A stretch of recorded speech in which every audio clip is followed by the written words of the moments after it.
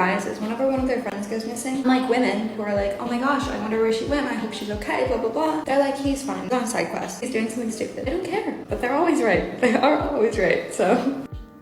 Yeah, that checks out. That sounds about right.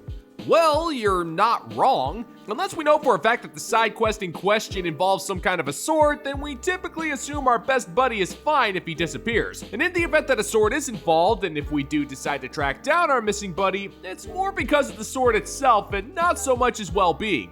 I mean, it's a freaking sword, right? I mean, how many opportunities are you going to get to go on a side quest to find a straight up legit sword? I don't even know what I'd do with a sword. I can't swing one, and if I wear one, I'll most likely get arrested. But that won't stop me from making sure he gets that sword. Hell, it doesn't even have to be a sword. It could be a quality woodsman's axe or a really nice pool table. I can't count how many times Skeeter disappeared only to come back with a truckload of porterhouses and a few homemade kegerators. But you can bet that if Skeeter goes on a side quest, he'll have plenty of dedicated smartasses to have his back.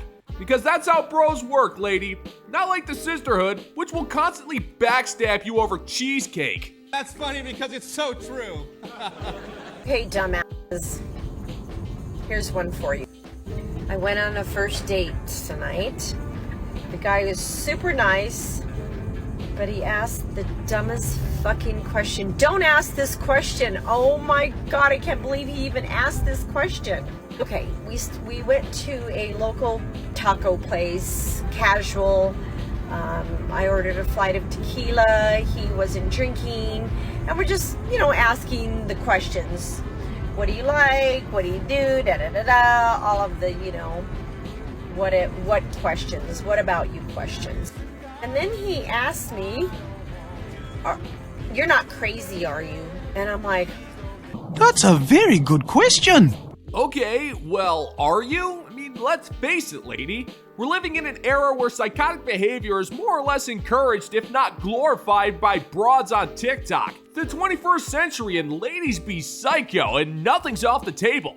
Angry rants, ugly crying, making veiled threats to trap a man with a baby and then take him to court for child support. There are some crazy ass women out there. Him asking is just cutting through the red tape for the sake of efficiency. The least you can do is just humor him and answer in a respectful or dishonest manner. I guess that just depends on whether or not you're crazy. The fact that you're going into graphic detail about the venue and your drink order makes me believe that you're blowing his question way out of proportion. But you're a single woman over the age of 50. You're so uptight that a stiff breeze will somehow painfully insult your honor or what's left of it, if there's any at all. So it really is no surprise that you'd get offended at a question like this. But the least you could do is dignify it with a response. Did you just ask me if I was crazy? He's like, well, I just had a crazy woman before and she stalked me, and I said, you might want to rephrase that a little bit. Like, maybe if you want to find out if they're crazy, then maybe there's a better way to say that, buddy. And then he kind of backtracked, but it was over. It was over. That just raises further questions. All right, woman, I'll play along. What exactly is a better way to approach a question as to whether or not you're a potential stalker? Is there a more delicate way of being able to bring up that question? You're apparently the crazy expert, so you tell me. How would you like to be asked whether or not you'll hang around a guy's house after midnight with a 30-year-old wig, a kitchen knife, and a burnt CD of the Notebook soundtrack? I mean, if anything, this guy did the most respectful thing for both of his and your time and didn't beat around the bush and straight up asked you if you were gonna cut off one of his toes as a keepsake for the one date you had in the last decade. If he doesn't, then how is he supposed to know? And by taking offense and not answering him, he's just gonna spend the rest of the night wondering if you're gonna try to steal his toothbrush to use in a black magic spell to ensure that his house will always be infested with frogs because he didn't compliment you on that obvious hair dye job of yours. And that man has a right to know. He came back and like, you don't seem crazy at all, but I just had to ask because I had a woman who stalked me, and I go, it's the last thing I am ever gonna do. You're probably gonna stalk me before I ever stalk you.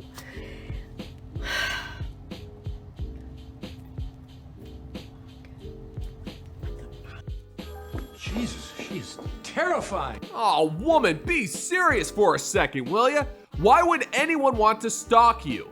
Is there anything even worth stalking? I mean, if you had a vintage Donkey Kong machine or something like that, then I could probably see someone stalking you. But if you did have a vintage Donkey Kong machine, then you wouldn't need to be going on tequila-soaked dates. You'd have dudes over every hour of every night, and yes, a vintage Donkey Kong machine does have that kind of power. But you clearly have nothing that makes you worth stalking. So why would you accuse a man of doing that?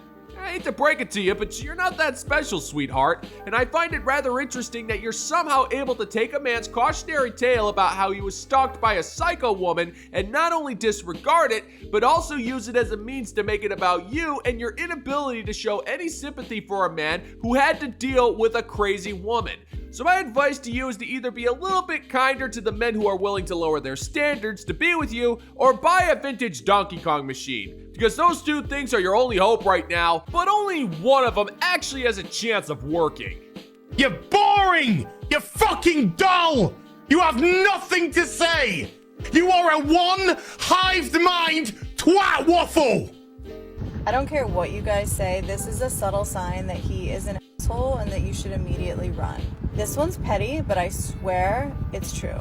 If you send him a photo of you where you're like looking nice and a nice photo for him, and you send it over and he responds with only emojis, no words, or even worse, if no emojis, no words, and he just likes it or loves it, puts a heart on it, that is a sure sign he's a low effort man. He doesn't deserve you. I don't care. I believe it. I stand by this. Every single guy that has done this to me has turned out to be an asshole and not worth my time. Show a little respect. So, how many men have you slept with? Okay, woman, fair enough. If you're going to send a guy some skin pics, then he should be giving you more attention than just an emoji or a like or whatever. Because when he does that, it shows the minimum amount of effort and shows he's not interested in your fifis and all of that other crap. But how much you want to bet that if that very same man goes on Instagram, finds some bikini pics of a different woman, and does the exact same thing, then all of a sudden he's committed an atrocity that is so unspeakable that it's about on par with your average war crime. Even though by doing so, he's putting in the exact same amount of effort. Now let's flip the script again. If you find a guy that you like on Instagram and you do the exact same thing, then all of a sudden it's not that big of a deal and your man needs to stop being insecure and needs to go out back and offer a bird sacrifice to Gloria Steinem in repentance for his terrible behavior. Even though the easiest way for you to avoid all of these double, if not triple standards is to stop going after Chad, but we all know better. The odds of you accidentally finding the cure for the common cold are significantly higher than you ever giving up your chase for Chad. Good luck. Why do we want women to be insecure? It's very simple. Have you seen a woman who knows her worth? She is very inconvenient. She has high standards. She doesn't buy things to fix herself, and she won't let you project your traumas onto her because she doesn't fear being alone. It's a lot of work to keep up with a woman like that if you haven't healed. And since society is still operating from a very low standard, we prefer women to be functions, not humans. We want them to be insecure. Wrong!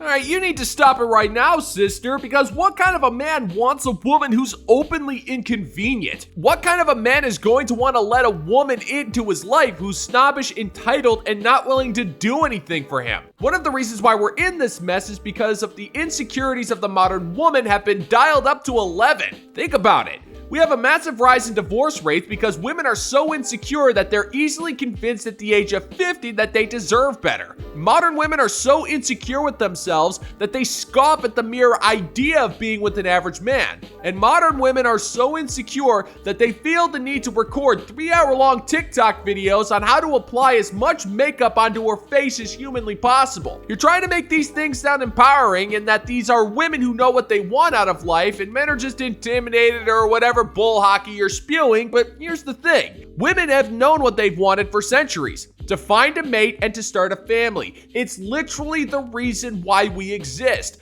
But all of a sudden, modern women are saying they don't want to start families, that they want to pay taxes instead. which probably isn't an insecurity thing, but it's definitely stemming from a lack of common sense. Look at the shelves of any store, and you will see products continually teaching women that she's never enough, that something's constantly wrong with her smell, with her hair, with her body, with her humanity. They're gonna tell you that the clock is ticking, that you're gonna spoil like rotten milk. Most of girls start hearing things like this before they're even 8 years old, and a woman who's had enough of it will be always winning the emotional battles.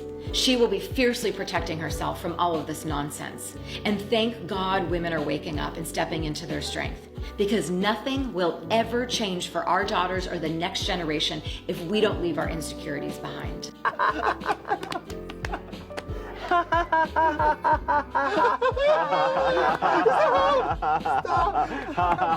Well, I wouldn't worry about the future of our daughters, sister, mainly because they're not going to exist. Modern women have had their obvious insecurities weaponized against them to such an obscene degree that they've been brainwashed into thinking that having children is bad, that having a soulless job is good, and that men are, generally speaking, genocidal maniacs who are controlling society when they're not laughing at their own farts, unless they're Tyrone. Tyrone is always the exception, but this narrative keeps getting perpetuated over and over again until you end up spoiling. You have aged like milk, lady, but there was a time when you had plenty of eggs in your fridge. But you are encouraging women to waste them because, well, it's either because of the patriarchy or because your dad yelled at your mom once. I guess it depends on how late you are in the menopause, but who knows?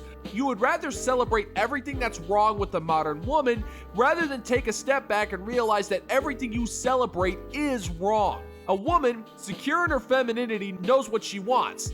And yet that's demonized because she's not racking up a body count higher than Blade 2. Well, I guess you don't have to worry too much about that, woman. You aren't spoiling like milk. That happened 20 years ago for you.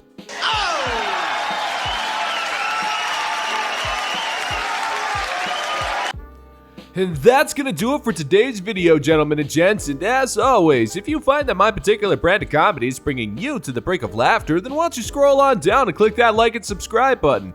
Ring the notification bell, leave a couple of comments, and make sure to share this video so we can give the good old-fashioned middle finger to the YouTube algorithm. Thank you so much for checking out the new video, and until next time, peace out, homies.